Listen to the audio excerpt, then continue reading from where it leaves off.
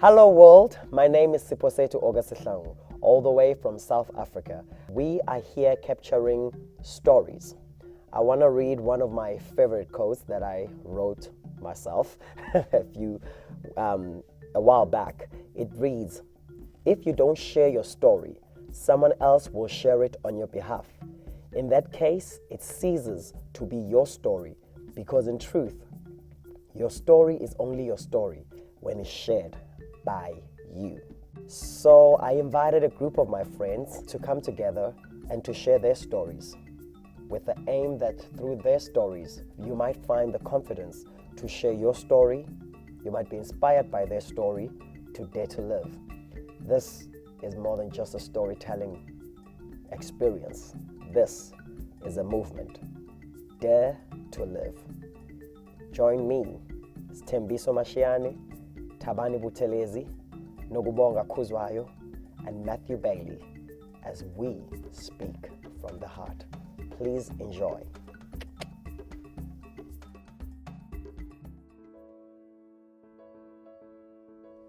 I wrote the letter to the young Tabani. I cannot write a letter to save my life. Even in school, I remember when it was that time, write a letter to someone, I always got confused. The process of writing the letter, I was in a situation whereby I had to think, what do I really want to say to that little Stembiso? I was wondering if it should be a letter that describes a lot of specific life events and how I overcame them, or if it should just be a letter of advice that I would give to my younger self. Because I'm like, what do I say? Do I say, hi, it's me, you? Or do I just pretend it's someone else? And it was confusing and kind of strange. But eventually I got a hang of it and liked it. I think I should do it more often. I had to express myself and writing the letter telling him how proud I am about him with all the wrong mistakes and decisions that he made. It made the present Stembiso to be where he is now. And I decided upon the latter. I decided to go more with giving advice, holding on to the things that I know helped me get from there to here. I summarized it all up and thinking of all the problems that he went through. How did he start? What really made him to do what he had to do, what the passion that he had, in spite of the family issues that he was dealing with.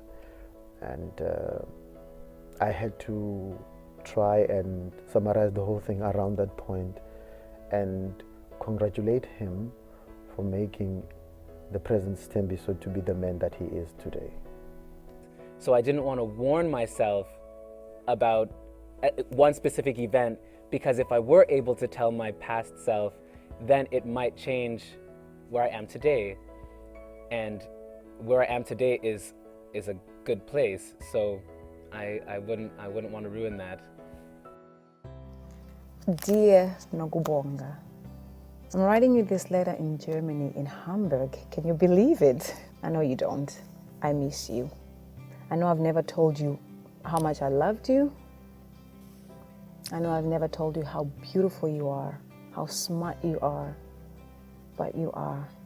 You are all of the above. I love your dark skin, sun-kissed skin, your pearly white teeth. You have a smile that brightens the room. I know you don't see anything nice about yourself. The thick lips that you hate so much, well, people pay for them these days. Look at yourself in the mirror every day. Say it out loud. You're beautiful. Brother, do you know that you've made it? There's a lot more that the Lord has put in front of you, and all of those things, you are tapping into all of them, and you are getting all of them. Without a shadow of doubt, you are just gonna get all of those. We've made it, man. That's all I wanted to say. We made it. Here we are. I'm proud of you. You're the best. My heart is filled with love, gratitude, and respect for the mistakes you've done while trying to live through the odds and difficulties of the situations that were never explained to you at your age. But in all that, I saw myself going through the pain and difficulties in my family. But I look at myself now, through the pain, I say to myself, for me to stand firm and still continue to push like this, it is God's favor. Hashtag, I still dare to dream. I still dare to live. It was actually a breakthrough for me to went through what I went through. Hey Matthew, I know a lot of this you will learn along the way, but it's always nice to hear it from someone close to you. Life is going to be a challenge. Period. There's no way of escaping that fact, but what you do with the challenge is what ultimately defines you, us. You, at your age, won't understand what's happening in a lot of situations because you're young, especially with mom and dad, but they're doing their best. They are still growing and learning too, and they love you. I know you still think you're ugly. I know you still think you're not smart enough. That's not true. I want you to look at your twin sister. Do you think she's ugly? Well, she looks exactly like you. If you think she's beautiful, then you are beautiful. And let me tell you, God does not make ugly people. God has been nothing but good to you. He's been amazing. He stood by His word.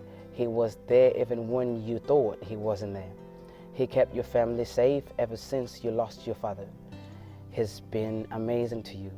Did you know that today you'll be writing this letter to yourself, saying, we made it this far. God has been with you. I am the happiest boy and the happiest man alive. I want to thank you, Tesh, for going through what you went through. If it wasn't for you, I wouldn't be where I am today. And again, thank you for everything, every right, every wrong step you took to make it through. Indeed, you are my motivation. Have as much fun and as many adventures as you can while you're young and are allowed to run in the rain and play in the mud. Stand in the wind and just relish in those moments whenever you can. Because although I know all you dream about is growing up, you will never be as free as when you are the age you are now. Play and don't be afraid to lose or make mistakes. You've got time. I know you'll play. I'm so far away from home that the only way I could talk to my twin, the only way I go through things, and the person I trust with my life here in the world would be my twin sister. She knows me. And when I cannot do that, of course, prayer.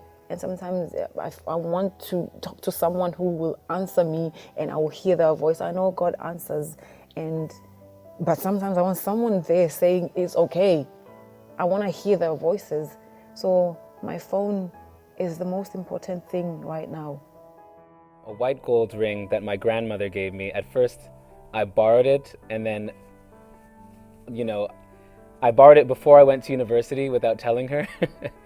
And then she asked me if I had it, and I said, yes, I have it. And she said, okay, you can borrow it as long as you don't lose it. And then after 4 years of university, I lost it many times. But I always managed to find it again. And after university, she said I could just have it, and it's been with me. Whenever I performed, I would always sneak it in on stage in my microport belt because it's my grandmother's, and she's a relative who was really there for me and my mother when my mother left my father. We didn't know what was happening. We just packed all of our bags up, and she was like, kids, we're going. And I was like, oh, okay. And we were like, where are we going? With so much stuff. And she's like, we're going to your grandma's house for a while. So we went there, and we never went back. And I don't think I realized on that day that we would never be going back to our father. So and my grandmother took us in, and we lived with my grandmother for a long time. And then my mother got her own apartment.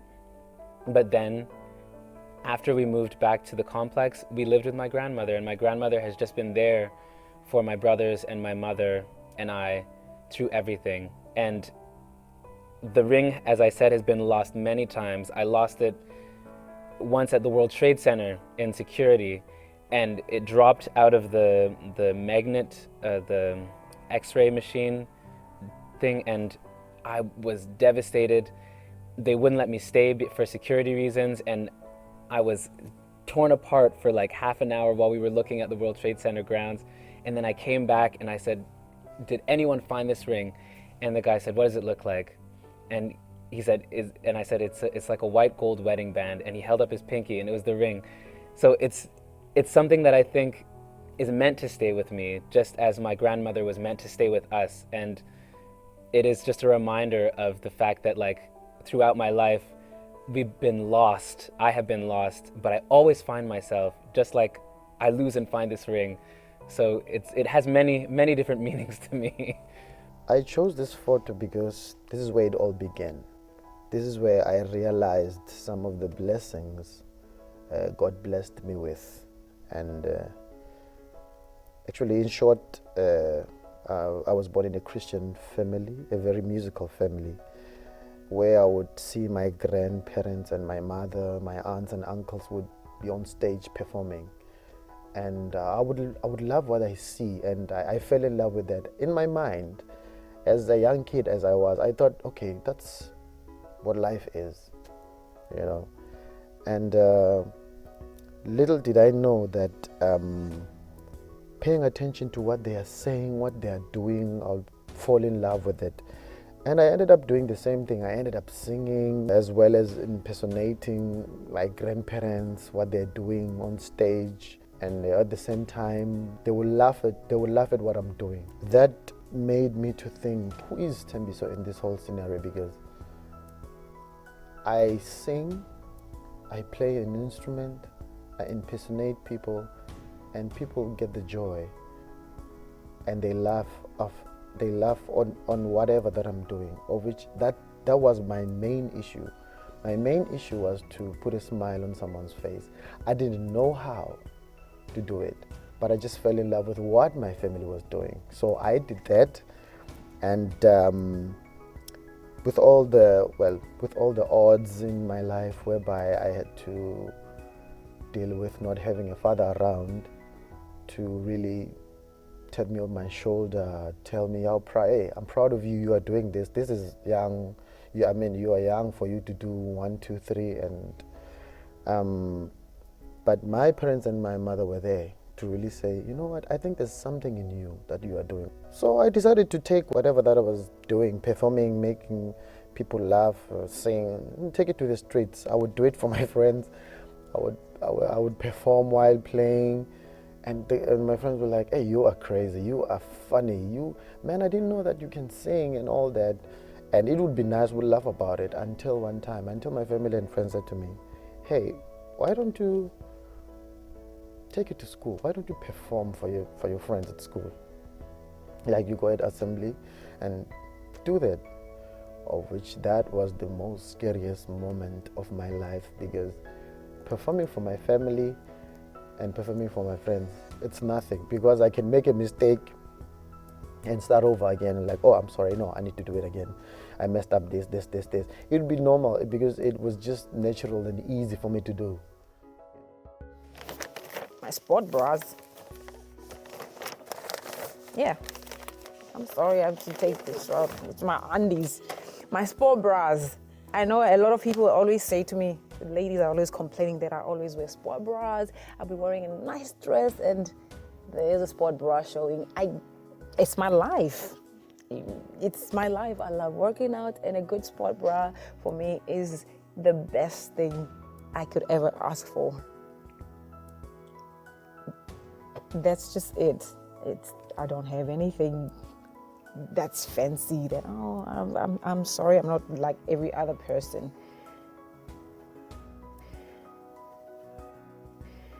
What I love the most, I got girls.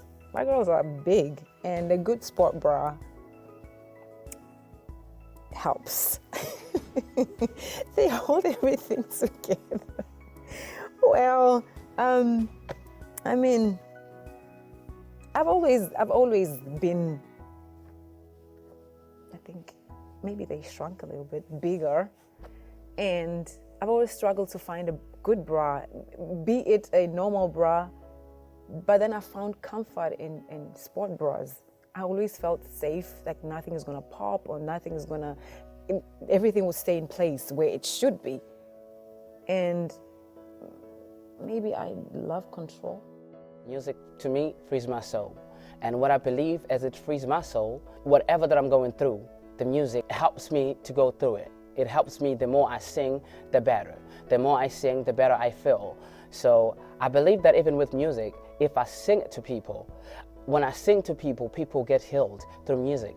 People get, they come up with results. People get reconnected again, and broken relationships gets connected again. Broken friendships gets connected again. All of that happens. So music to me, music brings everything together the right way. There were a lot of songs that I used to sing to try and concentrate on them, but there's this worshiping song, Umkhuleko. I never understood. Umkhuleko means prayer. I never understood the power of praying.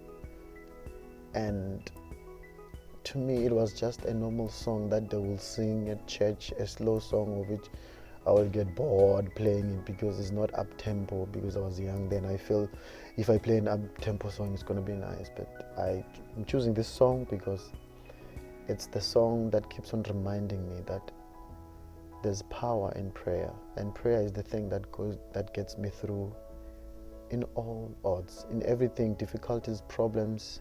Prayer is the only key that drives me to prosperity or to light. So it goes, Umkhuleko onamandla umasikhuleka ngokukholwa uJesu lalela aphendula umkhuleko letha konke kuJesu ngomkhuleko. Music is one of the things I know. When I think about music, I don't have to think about problems. I don't have to think about any other things but to make my soul happy, to make someone's heart happy, to make everybody happy. Music means a lot to me. It's one of the things that I realize that I've got talent in, and it's where I find peace and joy. God has been nothing but good to you. He's been amazing. He stood by His word. He was there even when you thought He wasn't there. He kept your family safe ever since you lost your father. He's been amazing to you. Did you know that today you'll be writing this letter to yourself saying, we made it this far. God has been with you. I'm in Germany right now working in the biggest shows in the world. I never knew that the dusty streets where I used to play and perform for my friends and close my ears and eyes to perform, it will lead me into this zone, into my future. Live your life without fear of tomorrow or regret for the past. Be grateful for all you have, and the future will be brighter than you can imagine today. Remember 97? You were 12 or 13, I think. I want you to know it was not your fault. I'm 32 and still struggling to get it over. It was not your fault. You're too young. He had no right. You didn't deserve that. And Mom cared. I know she seemed like she was angry at you. She wasn't. She was angry at herself because she couldn't protect you. She loves you. She doesn't say it out loud, but she does. My childhood fear was death, only because of what was happening in my neighborhood, because I had lost my father and I knew that we were not wanted around. I lost my father through witchcraft, which he was performing to protect himself, and he was protecting us as well. He had his enemies that didn't want him. They didn't want any success. They didn't want him to do whatever he wanted to do for us, which was something amazing. So he wanted to bring change in our community, but no one wanted that. So they wanted him down. So he went to bed and didn't wake up. He was strangled by the zombies, they call it, or should I say evil spirit. So what they found on his neck was the prints of the fingers of people, but there was no one in the house. To be honest, at first, I cried like crazy. That made me feel awful, and I felt really horrible. For a minute, I thought my life was finished because there was nothing I could think of on that day. When I lost him, because he was my voice of reason, he was the only man I looked up to. He was the only person that I wanted to be like. I wanted to make him happy so bad because he wanted only good things for me and my brother and my family as a whole. So that was a very horrible feeling, and it wasn't nice at all. And thank God he got me out of that community, and I moved to Durban with my family, and we were safe. Till today, I'm still safe. Things started to change between my mom and dad, and you could see this every day. They wouldn't play like they used to anymore.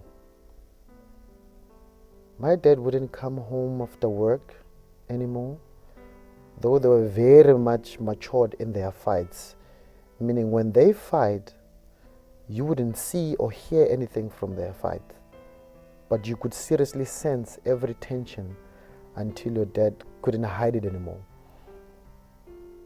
He couldn't hide it because he felt as if he was living inside of a cup, and he wanted to explore and be free. And that's when all hell broke loose. Women would disrespect my mother and come in at night to look for my dad in front of us, and my dad cared less about the whole situation. And me seeing the smile on my mother's face shatter and fading away, it really broke my heart, because the smile and the laughter is what I used to know everywhere. My father's side or my mother's side, this is what I knew, but it was gone. Now I'm at a place where the father figure is not around to tell me how should boys or men act. What's the difference between a man and a boy? And the only person who was working at that time, it was my dad. So I couldn't ask my mother for any advices as a boy because my dad was nowhere to be found. I tried to participate at school to keep my mind busy so that I don't concentrate on my family's situation, because I could sense that the nest back home, there's a hole in it and no one can fix it. Though my mother was trying to knit it up, trying to keep everybody together, but it could not happen because it was only one-sided. And that point is one of the points that I realized that in a marriage, if you are two, you need to be two together to build something, to build a home. If it is one-sided, that home has no roof. It only has an idea of how it should go. In all that, God was still a wonderful God, because my mother found a job and made things a little bit better. You need to acknowledge that you're afraid, but know that you will figure it out. You have to keep moving forward, and you will realize when you're on the right path, when the people and the situations and the resources that are necessary for you to achieve your dream come to you. And you have to trust in yourself that you can get there. That will help you overcome the fear. But you also have to be grateful for where you are at each step along the road, because it is the journey that is the amazing thing. It's wonderful to get to that goal, but the journey along the way is really what makes it worth it. I remember it was 2013. It wasn't a wonderful year. It was difficult before then. I hadn't had a job in like 8 months, so it was hard. So 2013, I prayed and prayed. I was praying every day, very hard, and I would go to church every day. I get a chance to go to church, and I prayed. And 2013 came, and I said to God, whatever audition room I'm gonna get into, I'm gonna be on top of my game, and you're gonna do your best. And I am not gonna get a no, I'm gonna get a yes. I auditioned for Africa and Lion King. And then the finals were on the same day, the same time, but in different places of the city. It was in the same city, but like 30 minutes apart from each other. So I went to Africa first when I asked the Lord that I wanted to audition and do both. I got there, it was really hard. It was fun because I'm energetic, so it was just pure dance, nothing else. And I finished and I went for the Lion King audition, which had already started, and I was communicating with my friend, asking him how the things were going there. And he was letting me know what was going on. Not when I got there, and then Dumandlova told me, you are late, you're gonna have to come the next year. I went home, bit down, horrible, like I was really, really hurt, because I knew very well that this is what I wanted to do. I wanted to work with the Lion King so bad. And I was beating myself so much that why did I go there first? But then I was like, I asked God that I go there and come back to the Lion King. And then God said, yes, that's gonna happen. But I didn't know that it was gonna be that way. And then 5 days later, I got a call, I got a text message from Africa saying they wanna work with me on the tour in Germany for 9 months. I was like, oh wow, this is awesome. This is amazing. And as I was saying that, I prayed that, okay, if it's possible, can he make the connection that I come and audition here, work with the Lion King in Germany? And he made it all possible, man. He made it all possible. I was so happy about it, and it was an amazing journey. I mean, I got the job 2014 with Lion King. What I do is called Low Antelope, First Cast, and I cover Simba. You sitting there thinking everyone just sounds too amazing and you're not good enough, but you made it. Your first professional gig was Lion King. That's amazing. You wanted to be the very first South African to play the role of Nala overseas, US to be precise. Well, lady, that happened too. You were the very first South African to be given a contract to play the principal role of Nala. I'm proud of you. Are you proud of yourself yet? Your talent has taken you all over the world, to Las Vegas, all over the US, to London, where you were also, again, the very first South African to play the principal role of Nala. You've made history, and yet you still don't believe in yourself. You're in Germany, doing this in a foreign language. They still picked you. You're 32, you've inspired a lot of people. You've set trends. You've put a smile on so many people's faces. You've conquered most of your fears. You're still scared of that stage though. You still shake like a leaf. Dance, sing, write. Dare to step away and take a break. Dare to create a new world for yourself. Maybe people won't understand why you have suddenly changed, but they can't live your life for you. And in the end, your real friends will stick by you and respect you for the risks you have taken. You won't feel that you're good enough at what you're doing to succeed, but you have to take the chance or you'll never know. Only when you take the greatest risks will you discover how strong you are. You will discover who you are. And all of a sudden, you will find that there are resources and people there to help you get to where you need to go. You will know who you are when the time comes, because they will see the potential in you that you can't yet see in yourself. Don't be afraid to thank them, and never forget their generosity and faith in you. I would also urge you to take as many leaps of faith as you can. The path will rarely be clear and laid out in front of you, and often you'll feel like you don't know what you're doing. But as Mom says, the race is not for the quick or the swift, but for those who persevere to the end.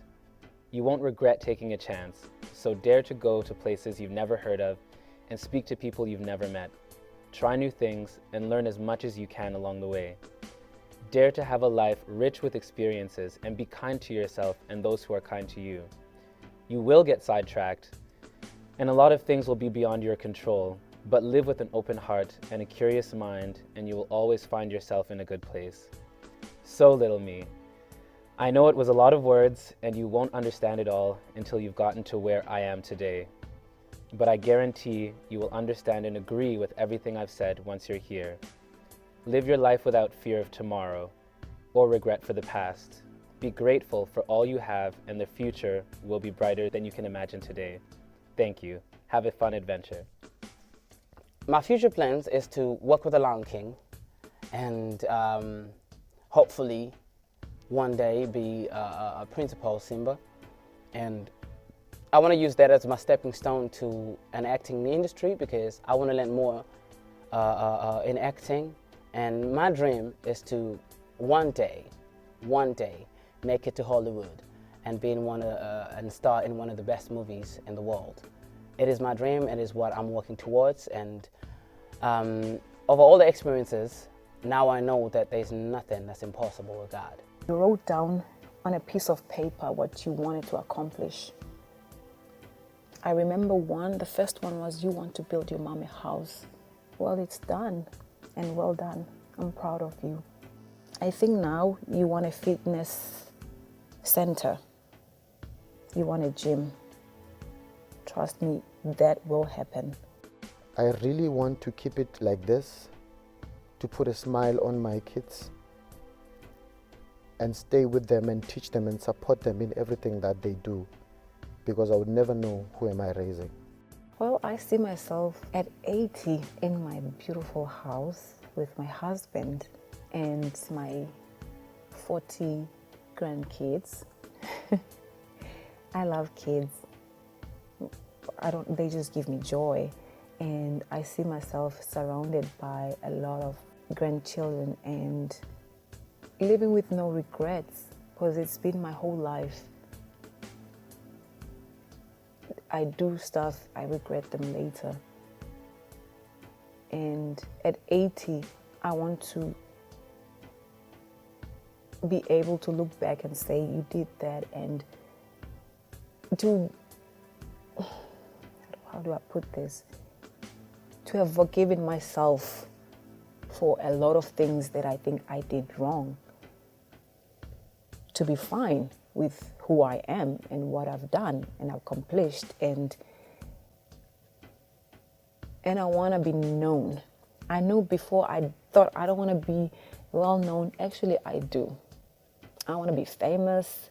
I want to have played that Hollywood movie, and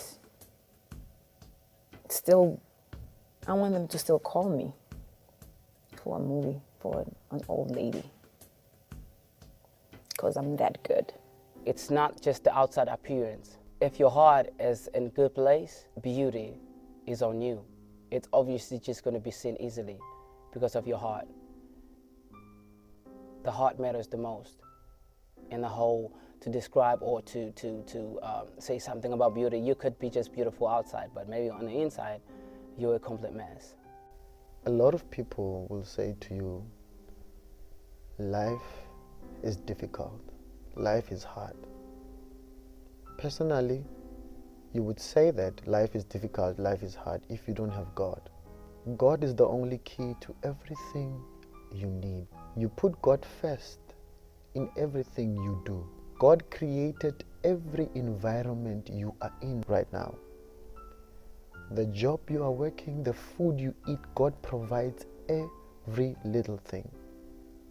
Remember who your Creator is. Turn to God in your difficult times. Pray without ceasing. Pray every day. Tell Him everything you want to tell Him. He hears you and He will answer you. With God, you can conquer anything. With God, you can have victory. Dare to live, dare to take chances, and to be true to yourself and to your passions and to those things that you dream of. It's just what it is. Living, I feel like my whole life I've been living for other people. So dare to live to me means live for you. To me, it means so much because I'm on about that. Dare to leave. Hashtag dare to leave. I'll say that. That's how my friend would say it.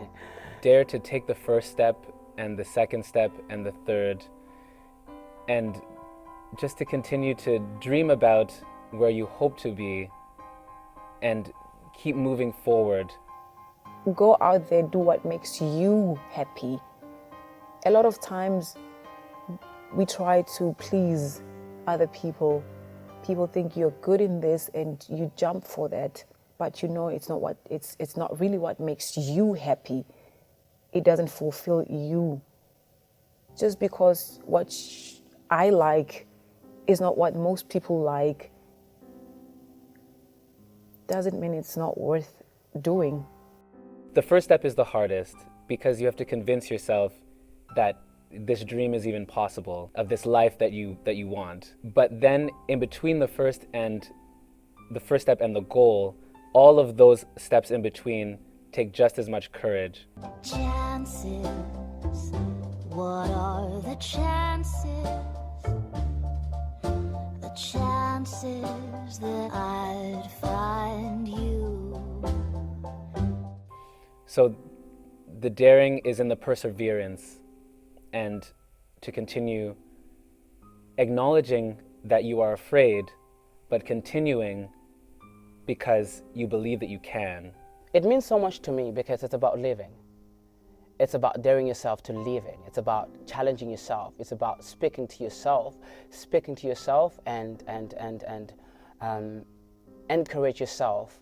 Know and just be strong and know that God has your back and nothing is impossible with Him. All you have to do is to dare to dream. Keep on dreaming and keep on pushing. Go towards it because God got you. Hallelujah. You have won the victory. Yeah. Hallelujah. You have won it all for me. So it means a lot to me because I'm on about dreaming. I'm on about living. So I make sure I live life. I make sure I dream, and I make sure as I dream, I chase. So, yeah, God has given me strength to keep on running in this race, as I dream and as I chase my dreams, as I just live, you know. So, yeah, that's what it meant to me. It really means a lot, and it actually just describes exactly my character and who I am. I've always been told that I have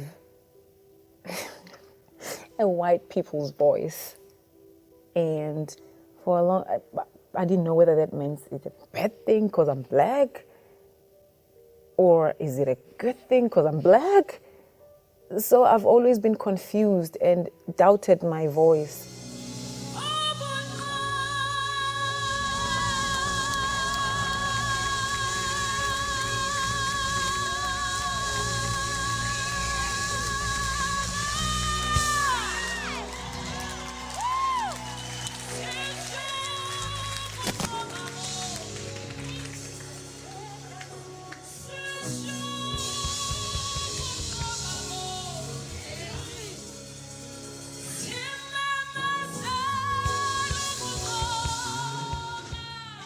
But this year in particular, I actually am planning to go out there, do a full show of myself singing white music, or what is considered white music. I don't care that I love white music. If all black people don't like it, that's fine. I like it, and I want to make a career out of it. So I'm daring to live my life for myself. Happy day, oh happy day, oh happy day, oh happy day. When Jesus was, when Jesus was, when Jesus